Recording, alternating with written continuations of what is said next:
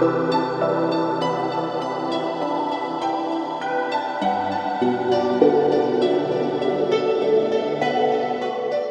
vous, c'est quoi le bonheur? Le bonheur. Le bonheur, c'est une très bonne question. Bah déjà, le fait de vivre, c'est le bonheur. C'est en fin de compte, c'est une forme de bonheur, non? Je sais pas. Moi, je pense que le bonheur, c'est avoir réussi, avoir accompli ses objectifs personnels. Moi, je pense que l'argent, ça part déjà dans un premier temps par le bonheur. Moi, combien d'argent? Moi, je pars dans l'objectif que j'ai envie de faire ce que j'aime avec les gens que j'aime. Okay. Et pour faire ce que j'aime, il me faut de l'argent. Quitte à rincer tous mes amis, j'ai besoin d'argent pour pouvoir faire tout ce que j'ai envie de faire. Mais j'ai envie d'être entouré des personnes que j'aime, de mes amis, donc les garder. Aujourd'hui, c'est pour ça que je suis en études charbonne, pour pouvoir avoir un max de pépettes plus tard et vraiment faire ce que j'aime avec les gens que j'aime. C'est vraiment mon objectif plus tard. Ok, d'accord. Juste ça, juste faire ce que j'aime avec les gens que j'aime et je pense que je serai heureux.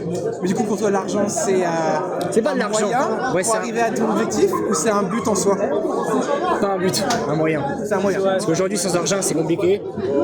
Moi, j'ai envie de voyager avec mes amis, quitte à ce que eux, ils aient pas de thunes, je m'en fiche. Mais c'est être bien entouré, je pense. Le bonheur, c'est mon pote. principalement depuis longtemps. Et pour toi? Moi, je le rejoins, l'argent, vraiment. Donc c'est la même chose pour vous trois, c'est les mêmes objectifs? Moi aussi, c'est de kiffer ma vie, clairement. Donc, après, oui, c'est sûr qu'aujourd'hui, pour kiffer sa vie, il faut de l'argent, clairement. Pour faire tout ce qu'on a envie de faire, voyager comme il a dit, etc. C'est sûr qu'il faut de l'argent. Aujourd'hui, c'est sans argent, on va pas très loin. C'est pas l'argent. L'argent, c'est pas le bonheur. Mais vraiment, mais c'est vraiment faire ce que j'aime avec les gens que j'aime. Je dirais que c'est ça mon. Quand je fais ça. Et pour toi, ce serait quoi? Tu connais ma réponse, mais moi j'ai juste une question plutôt pour vous. Comment est-ce que vous expliquez que énormément d'hommes riches, mais vraiment millionnaires ou milliardaires, quand on leur pose la question, aucun d'eux ne répond que c'est l'argent. Jamais ils répondent que c'est l'argent. Ah ouais, mais c'est facile. C'est un peu facile quand on a tout l'argent du monde de dire que c'est pas l'argent. Ouais, mais quand même, attends. Il y en a qui ont commencé pauvres. Pourquoi ils disent ça? Évidemment, mais moi, quand je dis argent, c'est pas être milliardaire. Juste avoir un minimum pour pouvoir vraiment, je le répète, juste faire ce que j'aime avec les gens que j'aime. Ouais, c'est profiter quoi. Être entouré de mes amis et kiffer ma vie. Je vais vous répondre un truc alors. C'est un peu mon histoire. Moi, donc j'ai que 29 ans là, mais ça remonte à 4-5 ans. J'ai eu un gigaposte. J'ai eu un très gros poste pour mon âge, quasi impossible de l'avoir. J'étais bien payé, je mettais max d'argent de côté chaque mois. J'avais beaucoup d'amis. C'est moi qui rinçais quand il fallait rincer. Avec les filles, c'était facile. Quand je dis c'est facile, c'est pas toutes les filles du monde étaient intéressées par moi, mais je veux dire, j'arrivais à avoir des histoires. Et pourtant, je vous garantis un truc. Je peux pas vous dire que j'étais heureux. C'est-à-dire que ça allait, mais j'étais clairement pas heureux. Et pourtant, j'étais arrivé à un stade où j'ai même dit à ma mère, je comprends pas. Là, j'ai tout. Je veux dire, qu'est-ce qu'il me faut de plus? Le sport, ça va, les amis, ça va, l'argent, ça va, les filles, ça va. Je comprends pas, je suis pas content. Est-ce que tu t'es posé la question de savoir qu'est-ce qui allait pas? Ouais, bien sûr. Et tu as trouvé la réponse? j'ai trouvé la réponse, ouais. Voilà. J'ai trouvé la réponse. À partir du moment où j'ai compris la raison pour laquelle je vivais. C'est quoi la raison pour laquelle tu penses être là? Et c'était la réponse à pourquoi je suis sur Terre. Et en fait, je suis arrivé à la conclusion que Dieu existe. J'ai toujours été athée. Et en fait, je suis arrivé à la conclusion personnelle que Dieu existe. À partir du moment où j'ai su que Dieu existait, un poids de dingue s'est enlevé de moi. C'était plus. En fait, je me disais, mais si c'est pas moi qui ai créé le monde, s'il y a quelque chose après la mort, il y a un poids en moins sur moi. Je me disais, tout change maintenant, les cartes sont redistribuées. Et ça, c'est ce qui m'a aidé à. Autre truc. Avant, je pouvais pas être stable avec une femme. Parce que je me disais, comme l'argent, je me disais, tu sais quoi, à partir du moment où je me mets avec une belle femme, allez, je serai bien. Je me mettais avec une belle femme, et après, je me disais, ah, celle-là, elle est pas mal non plus, tu vois, et j'enchaînais. Mais vraiment, je rigole pas, les gars, je suis sûr que vous l'avez vécu. Et du coup, j'étais jamais satisfait. Mais à partir du moment où j'ai cru en Dieu, j'ai fait, ok, les cartes sont redistribuées, maintenant, c'est plus pareil. Donc, ma réponse, qu'est-ce qui fait mon bonheur aujourd'hui, sincèrement, c'est la foi. Est-ce que tu veux partager quelque chose, ou est-ce que vous voulez répondre quelque chose par rapport à ça? Moi, je suis pas très croyant aujourd'hui. Je suis très jeune, j'ai 18 ans. Mais aujourd'hui, ma simple vision du bonheur, c'est vraiment être entouré de mes amis. Aujourd'hui, j'ai pas énormément d'amis, genre d'amis sincères. J'ai beaucoup de potes, mais j'ai pas des gens que je considère vraiment comme mes amis. C'est des gens que j'ai envie de garder longtemps et je me dis vraiment, c'est juste j'ai envie de pas avoir de contraintes plus tard, donc être à l'aise et pouvoir faire des choses avec eux, vivre vraiment sans me prendre la tête et vivre juste simplement avec eux. Pour moi, il y a un problème avec ça, parce qu'en fait, moi, c'était aussi une question que je me posais. J'avais des objectifs dans la vie. Bon, c'était pas forcément l'argent, c'était plus de découvrir la science, etc. Et j'étais vraiment intéressé par l'astrophysique. Mais il y a un moment donné, des questions que je me suis posées parce que je me disais que la vie n'avait pas de sens. De vivre, de faire plein de choses et pendant peut-être plusieurs années ou plusieurs décennies d'avoir le bonheur et qu'un jour ça parte. Et surtout que ce bonheur-là, si un jour tu arrives à l'atteindre, à n'importe quel moment, du jour au lendemain, en fait, on peut te l'enlever. Il peut disparaître. Tu peux tomber malade, tu peux perdre quelqu'un qui t'est cher, tu peux perdre, je sais pas, l'entreprise ou l'argent que tu avais reçu, mais personne n'est à l'abri de galère, en fait. Et je regardais des biographies de personnes qui étaient très élevées dans le monde, et pas seulement dans l'ère moderne, hein. Même il y a 2000 ans, 3000 ans, tu vois des gens qui sont extrêmement puissants, et puis d'un coup c'est fini. Je pense à Alexandre le Grand, qui est un des plus grands conquérants dans toute l'histoire de l'humanité. Il a été formé par Aristote, enfin, un gars extrêmement intelligent, un gars qui pouvait être... vraiment, c'était le plus grand homme de toute son époque. Et à 32 ans, il est tombé malade et il est mort. Fini. Et ça justement, il faut profiter de chaque instant parce qu'on sait jamais ce qui peut arriver demain. Et donc tu prévois des fois des choses à l'avance en te disant je vais mettre toutes les choses de mon côté pour que les choses se passent bien, n'est-ce pas? Vous prévoyez, tu fais des études pour l'avenir. Et si je te disais du coup, parce que je vais dans ta logique, hein, je vais dans votre logique, si je te disais que du coup après la mort, c'est pas fini, est-ce que tu dirais pas faut peut-être que je prévois du coup aussi après la mort? Ouais, mais si tu commences à prévoir tout ce qui va se passer après... Non, pas prévoir, genre deviner. Prévoir, me préparer à ce moment-là, comme tu te prépares à travailler, comme tu te prépares peut-être si tu fais un sport physiquement. Vraiment préparer ce moment-là. Mais après c'est différent, parce que me préparer physiquement à faire un sport, je sais à quoi je me prépare. Ouais. Mais me préparer après la mort, je sais pas s'il m'attend. Parce que tu sais pas ce qui t'attend. Ah ouais. Tu sais ce qui t'attend après la mort. Aujourd'hui, oui. Avant, non. Aujourd'hui, oui. Après, chacun ses croyances aussi. Ouais, c'est ça. On peut pas tous penser la même chose, tu vois. En fait, aujourd'hui, alors effectivement, c'est totalement vrai, absolument vrai. On a chacun des croyances, on a chacun libre arbitre, c'est une vérité. Personne ne peut le changer. Mais comme je vous l'ai dit, moi, en fait, aujourd'hui, une des raisons pour lesquelles je crois, c'est aussi parce que j'ai vécu des choses. C'est vrai qu'on n'en parle pas assez souvent, on parle souvent de la foi, mais moi, j'ai vécu des choses tangibles qui prouvent ce que je crois. On a plus d'expérience et nous on est... Tout ça, ouais. Nous on est encore... on est tout frais. Autour de vous, je vais aller dans ce sujet-là. Est-ce que autour de vous, vous avez déjà rencontré des gens qui ont vécu des choses surnaturelles? Non, jamais. Vous n'avez pas d'histoire de famille, rien? Non, pas à ma connaissance. T'es sûr? Le surnaturel n'existe pas. C'est dans vos têtes. Pour moi, c'est que dans les films. Non, en vrai, moi j'y crois un peu. Ok. Moi je me dis que ça peut exister. Enfin, pour moi, il y a forcément un truc. C'est pas possible qu'on ait fait autant de films, qu'il y ait autant d'histoires. Moi je pense que j'y crois un peu. Perso, moi j'y crois pas. C'est des bêtises. C'est que dans les films, c'est dans nos têtes. C'est l'imagination humaine, c'est tout. Point. Moi j'y crois pas. Non, je pense qu'il y a... Surnaturel n'existe pas. Bien sûr que si, frère.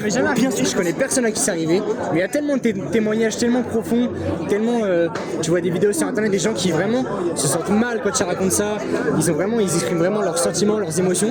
Je me dis c'est pas possible que quelqu'un soit transcendé comme ça. Tu crois pas parce que ça n'a jamais été expliqué? Pour moi, c'est des bêtises. Mais C'est tout. pourquoi juste pour savoir? C'est de l'acting. J'y crois pas parce que pour moi, ça peut pas exister. C'est pas possible. Les esprits n'existent pas. Pour moi, c'est tout, frère. Je vais vous sais pas, raconter c'est- une histoire personnelle du coup parce que c'est pas pour vous convaincre, c'est vraiment des trucs qui m'ont arrivé. Du coup pendant 27 ans il m'est jamais rien arrivé. Franchement j'ai eu que dalle. Et en fait à partir du moment où j'ai commencé à croire en Dieu, j'ai commencé aussi à lire la Bible. Parce que je me suis dit, je sais pas qui est ce Dieu, qu'est-ce qu'il pense, qu'est-ce qu'il veut. Je me suis dit, tu sais quoi, je vais commencer par la Bible. Je suis en France, il y a un historique chrétien, je vais commencer à lire la Bible.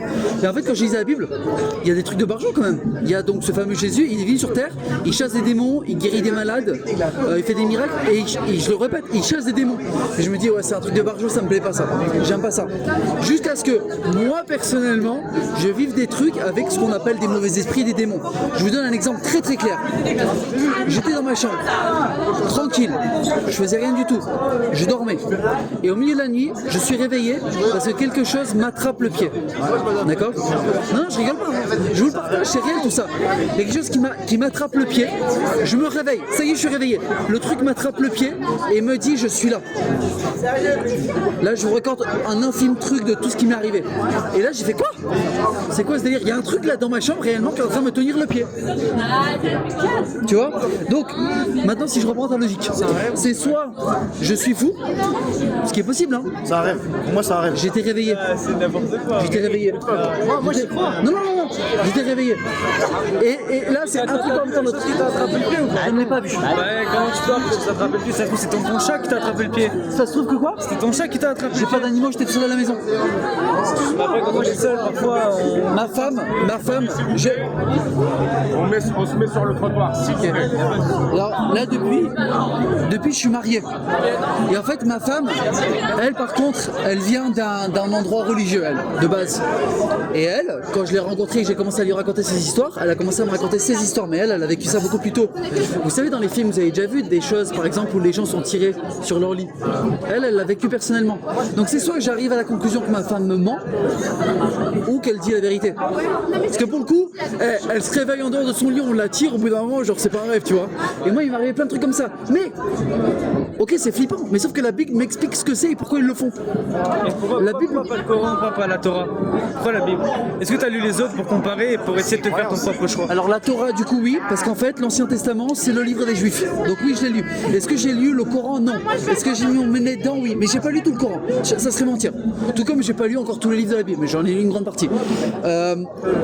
Pourquoi du coup la Bible et pas un autre? Parce que j'ai vécu. En fait quand j'ai commencé à croire en Dieu, c'est écrit que concrètement Jésus est venu sur terre pour prendre... Ok, je vais recommencer. On est tous pécheurs aux yeux de Dieu, d'après la Bible. Si on va partir sur la Bible. D'après Dieu, on est tous pécheurs. Parce que qui ici a menti? Vous avez menti? Est-ce que vous avez volé? Oui. Vous avez manqué de respect à vos parents? Oui. Donc d'après Dieu, vous êtes des... champion, mon gars. Je respecte mes parents personnellement. Est-ce que c'est un mensonge ça aussi? Ce n'est pas un mensonge. Il a menti. Bon. Il a menti. Bon, tout ça pour nous dire concrètement qu'aux yeux de Dieu, si on devait être jugé par les fameux 10 commandements par exemple, on perd tous. On est tous perdants en fait. Donc, Dieu, franchement, en vrai de vrai, il en a marre du monde. Faut dire ce qui est, ce monde est fatigant. Il est horrible ce monde, soyons honnêtes. Moi, combien de fois j'ai menti pour faire ce que je voulais avec une femme, ça fait de moi un mec pas très honnête. Bon, donc, Jésus, quand il est venu sur terre, le fameux message, vous savez qu'il est mort à la croix. Mais pourquoi il est mort à la croix? D'après vous, pourquoi il est mort à la croix? Il a été crucifié par qui déjà? Les Juifs. Les Juifs, c'est ça. Ah ouais? En fait, c'est les Romains, mais c'est les Juifs qui l'ont envoyé. Ouais, c'est les Romains, c'est ça. J'ai dit Pourquoi les Romains, mais je voulais pas dire une bêtise. Tu vois, tout le monde sait qu'il est mort à la croix, mais pourquoi il est mort à la croix? 1 heure de catéchisme par semaine au lycée, je sais pas expliquer. Et du coup, d'après vous, pourquoi il est mort à la croix? Pourquoi il est mort? Je sais plus du tout, je n'ai aucune. À la croix, hein. C'est on tuait les gens sur la croix. Ouais. C'était les brigands, les voleurs, les violeurs, tout ça. Et Jésus était innocent. Jésus est innocent. Même Pilate l'a dit. Pilate, c'était le responsable des Romains en Israël, parce qu'en fait, c'était dans l'Empire romain. Donc, ils avaient un peu la main mise sur les Juifs. Les Juifs n'étaient pas forcément libres. Bon. Et même Pilate lui-même disait que Jésus était innocent. Hein, et il l'a quand même envoyé à la croix. Par jalousie. Non, parce que c'est les Juifs qui détestaient tellement Jésus que Pilate, pour bien s'entendre avec les Juifs, pour pas qu'il y ait de révolte, a décidé quand même malgré tout, alors qu'il savait qu'il était innocent, d'envoyer à la croix. Maintenant, pourquoi du coup il est mort à la croix? Qu'est-ce qu'il a fait à la croix? Parce que Jésus, il l'a dit pourquoi. Hein. En fait, je vais vous le dire, vous avez rien mal. En fait, il est mort à la croix pour, vous l'avez sûrement déjà entendu, le péché de l'humanité. C'est-à-dire que tous les trucs pour lesquels tu es coupable, t'es coupable, t'es coupable, je suis coupable, c'est lui qui a tout pris. Il a tout pris à ta place. Si par exemple toi demain t'es attrapé par la police parce que t'as volé une banque et devant le juge, bah t'as Jésus qui arrive et qui fait allez, je prends à ta place. Maintenant, c'est pas aussi simple. Je vais un peu plus dans le détail. Qu'est-ce que Jésus nous demande de faire? C'est que repent. On se repent. Ça veut dire que je reconnais effectivement que je suis pécheur et que je dois me détourner de toutes ces mauvaises choses. Il y en a plein dans le monde actuel. Le porno, on peut en parler après. Ensuite, deuxième truc, je vous ai vu rire. Deuxième truc, c'est je mets sincèrement ma foi en Jésus et je crois sincèrement qu'il m'a sauvé à la croix, qu'il a pris le péché. Et là, il se passe un truc de fou. fou, on reçoit le Saint-Esprit. Maintenant, comment je sais du coup que c'est Jésus et pas un autre? Moi, quand j'ai fait ça, ça veut dire que j'ai sincèrement cru que Jésus est mort à la croix et que je me suis sincèrement dit, en fait, je suis pas un si bon mec. À ce moment-là, en 2 semaines, plus personne ne me reconnaissait. J'ai totalement changé d'habitude. Je vous donne un exemple, le porno, plus jamais. Terminé. T'as pas regardé un porno depuis? C'est fini. Parce que j'ai plus l'envie. Un autre truc, j'ai plus jamais, vous êtes prêts, ça va vous choquer encore plus. Surtout que vous êtes des jeunes gars. J'ai plus jamais dragué une femme de ma vie. Arrête. Non, c'est la vérité. C'est parce que j'ai parce que plus t'as jamais. une femme. T'as une femme. Après, mais je l'ai même pas dragué. Je veux dire un truc. Comment t'as fait alors? C'est Dieu qui me l'a envoyé. Arrête. Ça y est, C'est pas grave, c'est pas grave. Je vais poser une question. Elle est là maintenant. Je vais dire un truc. Et si nous on croit pas en Dieu, on fait comment? Moi non plus je croyais pas en Dieu. Je pense que Mathis, t'as pas essayé de croire. Moi non plus je croyais pas en Dieu, mais tu sais qu'au fond de toi, je suis sûr qu'il y a une partie de toi qui. Moi je pense qu'au fond de toi, il y a une partie qui croit. Parce que tu viens d'où? Tu viens d'un singe? Banlieue parisienne. Non mais tu viens d'un singe, tu penses? Et tu penses que un petit truc boum a fait qu'on est tous là? Bien sûr que oui. C'est pas un homme qui nous a créés. Pour moi, je crois pas ça. Moi, je crois pas en Dieu. Dieu c'est Dieu. Dieu, C'est Dieu, c'est pas un homme comme toi et moi. pour moi, Dieu, c'est un moyen de réconfort pour l'humain. D'accord. C'est tout. Je suis d'accord. Moi, je crois ça. Moi, je crois ça. vous donner mon avis? Oui. Pour moi, l'homme a créé Dieu pour pas se sentir seul, pour expliquer toutes les choses Merci. qui sont surnaturelles Merci. et que l'homme ne peut pas expliquer, soit par la science, Merci. soit par ses connaissances. Tu t'appelles comment? Julien. Julien, tu as raison. Ah, vous connaissez pas? Si, on battait pote de Diego. On se connaît maintenant. Si, on se connaît. Pote de Diego. Moi aussi. Merci. Exactement. Du coup, Bon, excusez-moi. mais- Je vais dire un truc. Ouais, Dieu, vas-y. pour moi, c'est la bêtise humaine.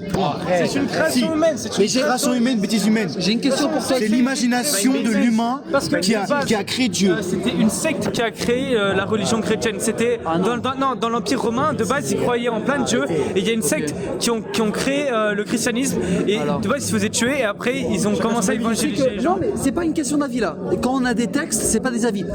Non, non, Créé par l'homme. non mais oui mais du coup j'y réponds. La Bible a été écrite 3 siècles après les faits. Donc comment on Non, sait c'est que faux. 3 siècles après les faits? Non, parce qu'on a retrouvé. Non, alors attends, je vais répondre du coup à ton point. Je vais répondre à ce point-là. On a retrouvé des écrits de la part de certaines personnes romaines à l'époque qui n'étaient pas chrétiens, qui étaient le responsable de la région. Notamment Joseph Flavius. Et on a retrouvé leurs écrits et ils parlent tous d'un Jésus qui est mort à la croix. fait des C'est-à-dire que miracles. c'est des écrits datés comme un journaliste d'aujourd'hui qui ne croit pas en Dieu et qui faisait des miracles, qui étaient des juifs.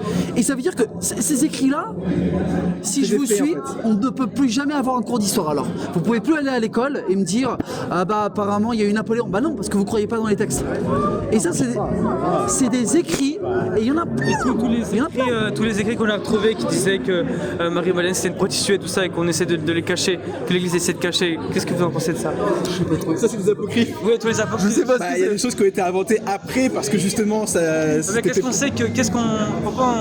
Ça aurait pu être inventé, les trucs qui ont été écrits 3 À siècles l'heure après, ça actuelle, aurait pas les été inventé. historiens qui chiffrent les textes du Nouveau Testament, le nombre de copies qui existent, c'est 20 000.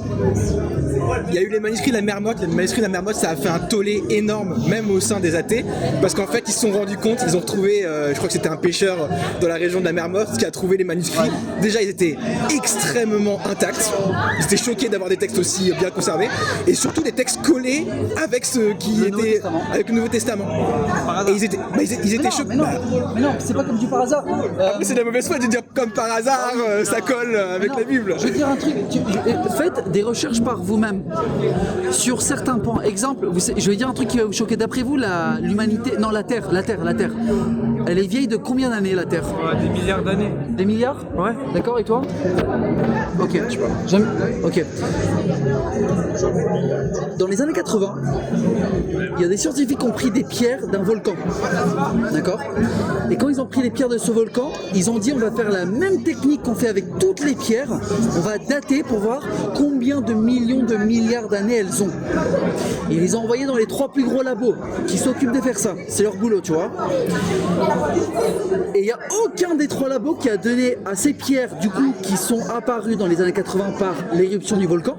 Parce qu'il y a eu une éruption d'un volcan, je ne l'ai peut-être pas expliqué, dans les années 80. Ils vont prendre les pierres qui ont été solidifiées par le volcan.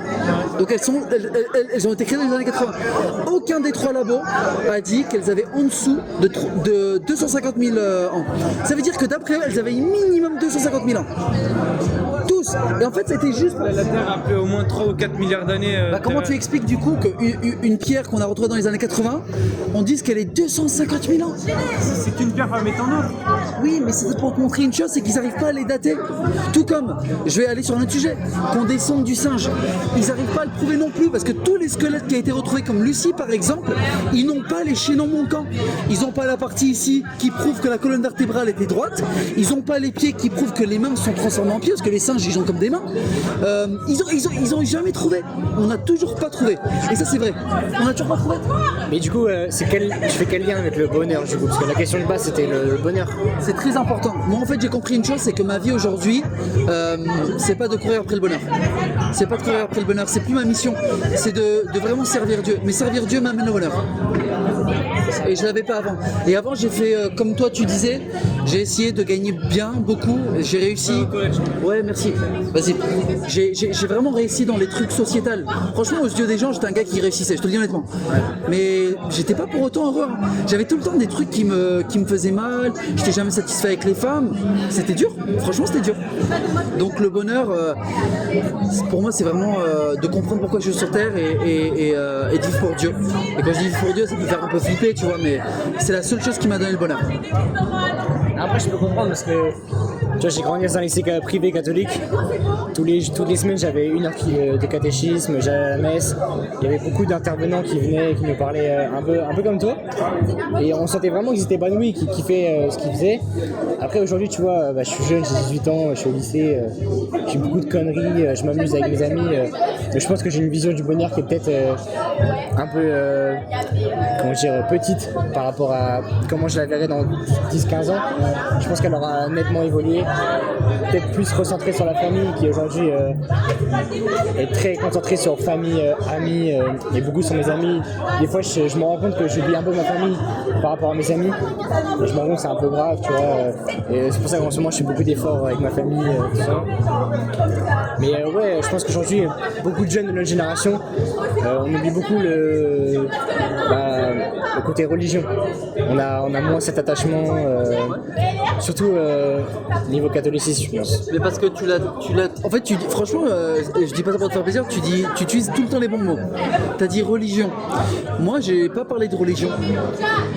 Ce que je vis avec Dieu, tu l'entendras dans certains milieux chrétiens, mais c'est plutôt une relation. C'est pas une religion.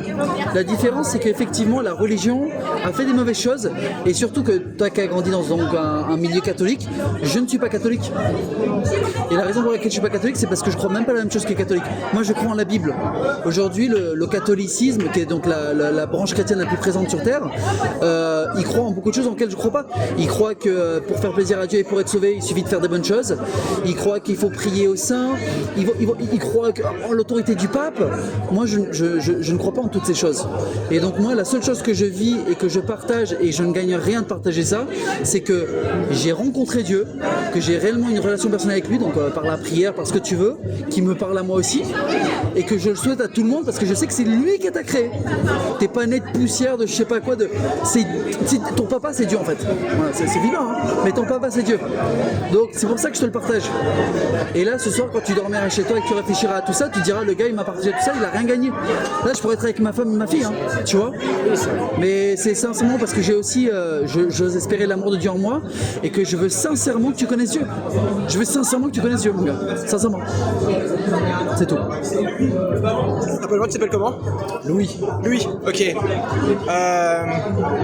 Est-ce que ça te dirait qu'on prie ensemble? Prier? Ouais, qu'on prie ensemble. Ça fait longtemps que je n'ai pas prié. J'allais plus trop aux messes dans mon lycée. Comme tu le Ce que sens. tu peux faire, c'est que tu peux l'écouter. Est-ce que tu veux faire une prière? Ça marche. Est-ce que tu veux qu'on prie pour que... déjà, est-ce que tu as envie, ce Dieu-là, parce que tu as l'air d'y croire un petit peu, mais c'est difficile d'y croire sans avoir de relation avec lui, parce que sinon c'est frustrant, quoi. Non mais j'ai quand même un minimum de croyance. Je suis pas totalement borné comme certains qui sont venus. Enfin, pour moi, on n'invente pas des choses comme ça. Les phénomènes paranormaux qui y sont arrivés, pour moi, c'est pas possible de les inventer. Non, franchement, moi j'ai Est-ce que je peux faire quelque chose, oui, s'il te plaît? Et tu le feras quand tu veux, que ce soit dans 1 an, dans 10 ans, dans 20 ans. Est-ce que tu peux prendre mon numéro, s'il te plaît? Et tu me contactes quand tu veux. Ça marche. Sincèrement, si un jour, tu te dis, tu sais quoi, j'ai envie d'en savoir plus. Okay. Pas que je sois l'homme qui sait tout, hein, mais j'aimerais partager. Et donc, tu me contactes quand tu veux. Ouais, merci.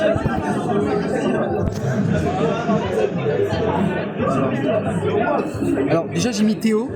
Est-ce que tu veux mettre Théo pour Théo chrétien Théo, je sais pas ce que tu veux mettre. Théo, vas-y lâche-toi. Théo micro-trottoir. Théo micro-trottoir, c'est très bien. Théo micro-trottoir. Ok, et mon numéro c'est où? Alright. Tu sais que je vais te dire un truc qui va te surprendre. Ce qu'on est en train de faire là, c'est comme ça que ça a commencé pour moi. En fait, c'est une fille qui m'a parlé de Dieu. Je suis rentré chez moi et j'étais comme toi, j'ai dit, je vais pas dire que j'y crois, mais je pense pas qu'elle me mente. Comme tu viens de dire pour moi. Et en fait, du coup, je me suis dit, si Dieu existe, je vais commencer à chercher. Donc j'ai juste commencé à lire la Bible et à prier. C'est tout, hein. Et après, les choses ont changé radicalement. Tu sais pourquoi? Parce que je crois sincèrement que Dieu m'aime, t'aime, et que si tu le cherches sincèrement, il va répondre. Il va te répondre. Parce qu'il n'est pas là à se cacher. Mais que par contre, il respecte ton libre arbitre. Si tu veux faire ta vie sans lui, il vivra sans toi. Tiens. Merci beaucoup.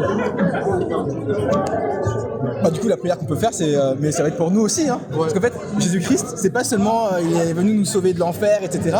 Même si c'est une chose qu'il est venu faire, il dit qu'en fait, il est venu pour apporter la réconciliation, c'est-à-dire nous réconcilier avec Dieu. Le péché, le problème du péché, c'est pas seulement que ça nous fait du mal ou que ça blesse Dieu, c'est qu'en fait, toute la place que le péché prend dans notre vie, c'est la place en moins pour Dieu.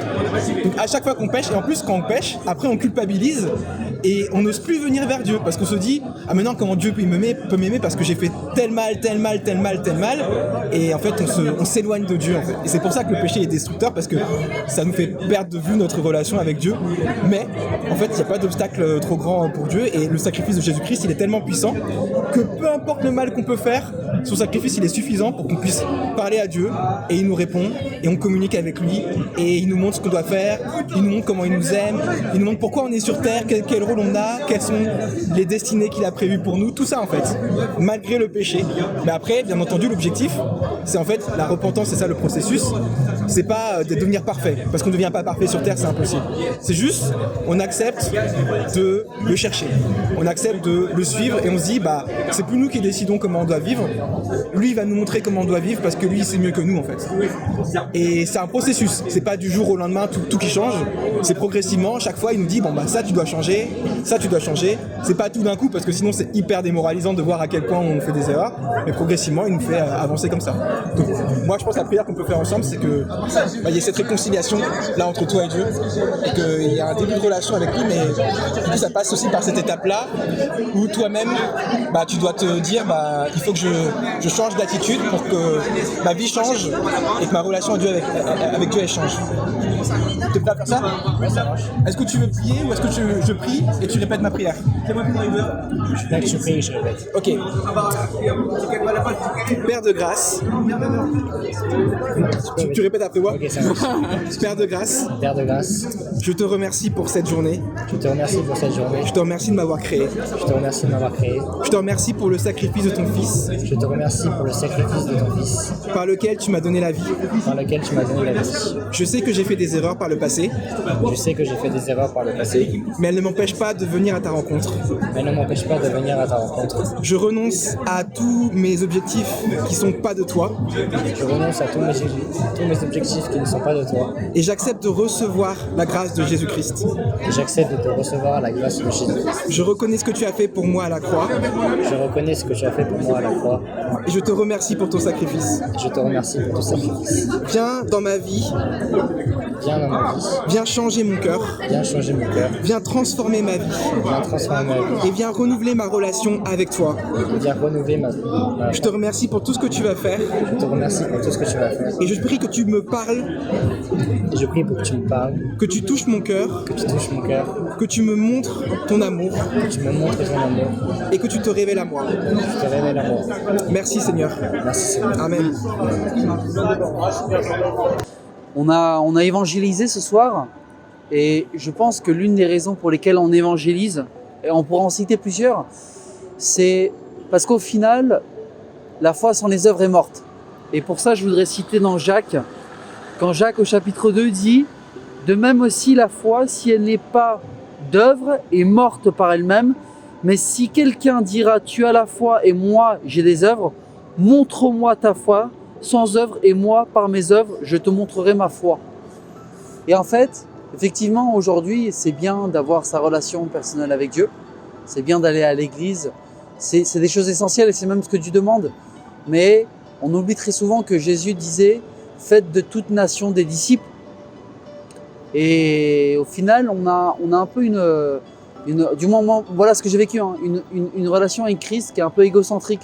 C'est ma relation avec Dieu et je ne la partage pas. Or, les 2 commandements, quand Jésus disait aux apôtres, voici maintenant les nouveaux commandements, c'était aime ton prochain comme toi-même et aime Dieu de tout ton corps. Et au final, aimer son prochain, c'est comme de lui donner la vérité.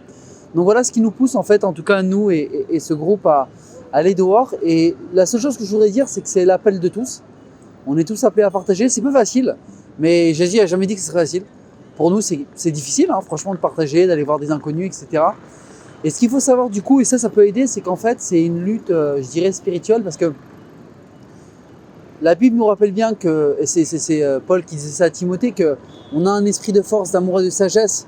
Et ce qui veut dire qu'à partir du moment où tu vas parler à quelqu'un dehors, quand tu vas commencer à vouloir lui parler de Jésus, si tu ressens autre chose que de la force, de l'amour et de la sagesse, alors que le Saint-Esprit est en toi, c'est de l'intimidation. Ça ne vient pas de Dieu. Et c'est là où tu dois passer à travers les sentiments. Parce que les sentiments peuvent mentir. C'est là où tu dois savoir, le Saint-Esprit me demande autre chose. Et c'est bien pour ça que tu sais que le corps, des fois, te demandera des choses qui sont contraires à la volonté de Dieu. Voilà. Tout ça pour dire que il ne faut pas se fier aux émotions, il ne faut pas se fier forcément à l'église moderne sans pour autant la critiquer, hein. Mais juste que notre premier rôle, c'est vraiment d'aller dehors, donner ce que Jésus nous a donné. Parce que l'exemple de Jésus, c'était « je sers ». Et le plus grand de tous, c'est celui qui sert le plus. C'est pour ça qu'il avait le pied des apôtres. Il a montré « voilà comment on fait ». Donc à nous maintenant, nous qui avons reçu, nous qui sommes bénis, de partager aux gens dehors. Et ça ne sera pas facile, hein. Je préfère le dire aux gens qui pensent que « ah bah maintenant je suis… » Non, ça ne sera pas facile. Même, j'ai envie de dire qu'à chaque fois que tu le feras, peut-être que ce sera de plus en plus facile, mais ce sera quand même difficile. Tu auras quand même du mal. Moi, très souvent, je suis timide et tout, mais tu y vas, tu apprends, et je vous garantis qu'il y aura de la joie qui sera associée à cela, parce que servir Dieu, ça amène la joie, et que c'est l'appel de tous. Fini les excuses. Moi, j'ai bac plus 10 en excuses. Quand c'est pour trouver des excuses, je suis très très bon, mais la vérité, c'est que tu as reçu, partage maintenant, va donner aux autres. Donc voilà, je prie vraiment que on soit tous amenés à le faire. Et imaginez un monde où tous les chrétiens partagent leur foi. Vous imaginez une seconde? Ah, ça serait fou. Ah, je peux vous dire que le monde changerait. Si tout le monde osait partager ce qu'il croit vraiment. Je dis pas que c'est facile, mais voilà, j'appelle tout le monde à le faire. Et Dieu vous accompagnera à le faire. Faites-lui confiance. Si vous lui demandez, il vous aidera. Il vous fortifiera.